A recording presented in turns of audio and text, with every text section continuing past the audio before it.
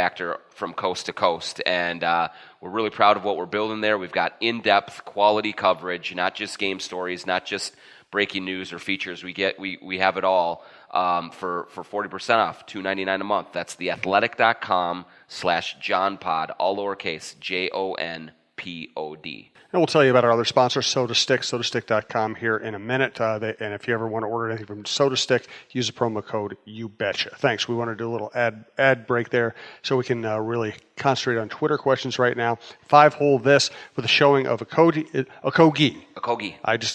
I'm bad with pronunciations. I'm always bad with pronunciation. With the showing of a Kogi, would the Wolves ever consider finding a trade partner for Wiggins, give Butler the money he wants, Butler to the small forward spot, and Kogi to starting shooting guard? Very intriguing thought, if possible.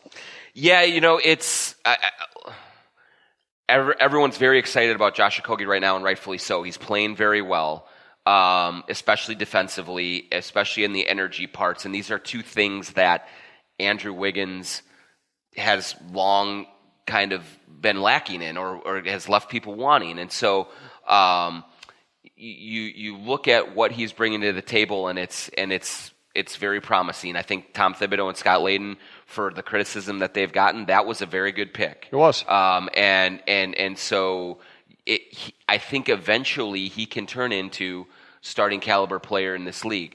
But I still think it's way too early to say this team's better off with him as the starter over Andrew Wiggins. Number one. Because remember, he played great against the Lakers. Against Milwaukee, it was terrible, yeah. and so all that energy didn't do them any good. And so you don't want to evaluate over a 5 or 6 game sample size. We want to see, and we want to give this kid plenty of time to grow. The other thing is, even if you wanted to trade Wiggins, he is not.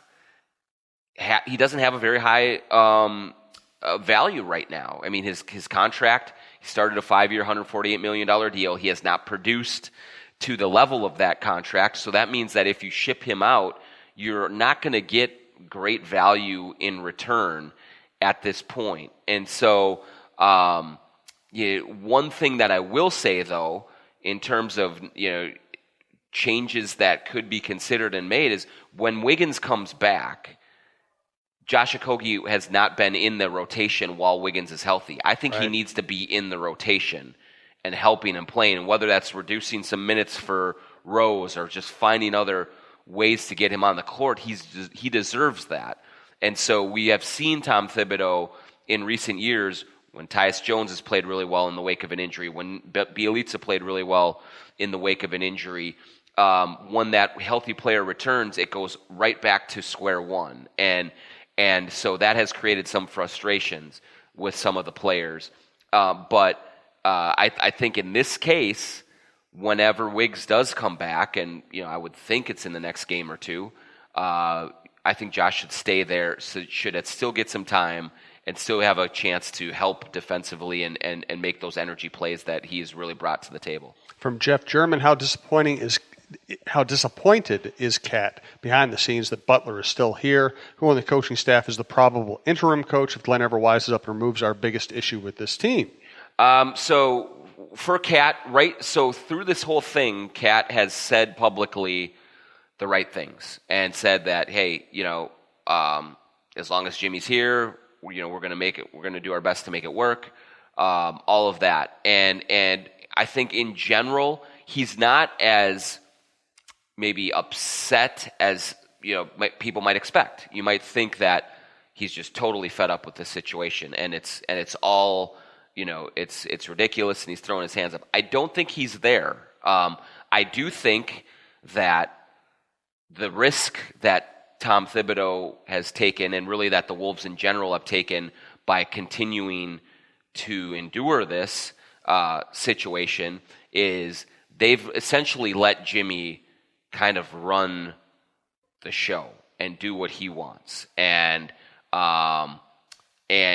if you are another player on the team, and certainly a franchise pillar like Cat is, and you see that Jimmy's allowed to essentially get away with all of this boorish behavior, that's a tacit endorsement of the behavior. And so, Cat has not said this to me. He has not, as far as I know, made this known. But if I just put myself in his shoes and I say, man, this is okay. That's what they're saying to me, is it's okay for Jimmy to do this. How does that? So if Tibbs comes to me in the middle of a game, doesn't like the way that I've covered a pick and roll, I don't know that necessarily kind of rings very true to me. And because you can just look and like, well, but this guy didn't even show up to shoot around on Friday. So that's the credibility issue that these guys have run into by allowing this to drag out the way that it has. I mean, that's the amazing thing is how do you, and even more pointedly, how do you push Andrew Wiggins to play a little bit harder if Jimmy Butler doesn't even care to show up to training camp? I mean, it's just he skipped the entire training camp and then came in and his first practice. Screamed at him. Said, "You guys got me for an hour, and then I'm leaving." And he left, and then he did an ESPN interview. Like there's just no way that should be endorsed. No. But by giving him his starting spot, by giving him all the time and all that stuff, you've endorsed it. Yep. And it is a tough position for them because they can't totally isolate him because they need to try and get a deal done and all this, but still there's got to be some sort of pushback to this kind of behavior, and there really hasn't been. On the other thing, the interim coach thing, again, I don't like to speculate about this stuff while someone has their job. But you look at the assistants, and there are a lot of Tibbs guys. I mean, Ryan Saunders is not the Tibbs guy, but he's also 32 years old. It would be a difficult situation for him to take on that. I'm not saying he can't. I'm not saying he couldn't do a good job at it, but it would be difficult circumstances for his very first head coaching job. The other guys, I mean, Ed Pinckney, I think is well respected. I don't think he has the personality of a head coach. It would be interesting to see how that operates. I know that he wants to be a head coach. That one of the reasons he left Denver to come back here was he thought that there would be a lot of success here, and he would get some sniffs as a head coach because he did get some consideration when he was with Chicago with Tibbs. He interviewed for Memphis and a few other spots and was kind of considered maybe a possible coach on the rise. And so if you are looking for a more veteran guy, you don't want to put the youngster in that position. Maybe Ed would be the guy to do that. Andy Greer is such a Tibbs kind of acolyte that I don't know that he's the right guy, if we got to that position. But again, to avoid the aggregation, I don't think we're close to that scenario unfolding right now. Which is fascinating. Let's get into. We have really good Twitter questions. They're really on point today, so let's get to more of those. We want to thank SodaStick.com. The promo code is YouBetcha. One word, YouBetcha. Will get you free shipping on any size order, and they do have some basketball deal for you as well. SodaStick.com. The Timberwolves win. Take 15% off of their entire Minnesota basketball collection. Use the code. So if you want free shipping, use YouBetcha. If you want 15% off of anything in their basketball collection, use the code DAWOLVES, DAWOLVES, DAWOLVES, the way Kevin Garnett would pronounce it, at checkout. That is, you know what, that is just a one-day thing. So if you're ordering on Tuesday, I'm so bad with my days. If you're ordering on Tuesday, use DeWolves. If you're ordering any other day, use YouBetcha for the free shipping deal. And go check out all their basketball stuff. I wear the Minneapolis 99 t-shirts, that sheer t-shirt that's just really comfortable. It's great as a t-shirt in and of itself in the summer. It's a great undershirt in the winter. They have the the Timberwolves Minnesota State shirt and hat and hoodie and beer koozie. Check it all out at sodastick.com. The next Twitter question is from Juan Stockton, your favorite Twitter follower. Can you please tell Tibbs to give Rose's minutes to Okogie when Wiggins comes back?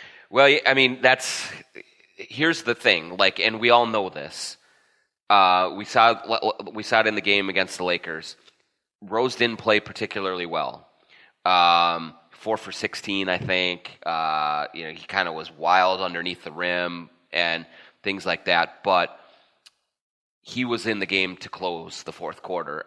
That's Tibbs. Like, he is going to trust his guys in those situations. And one thing about Rose, similar to Okogie, is he brings energy, and they do need that in that group.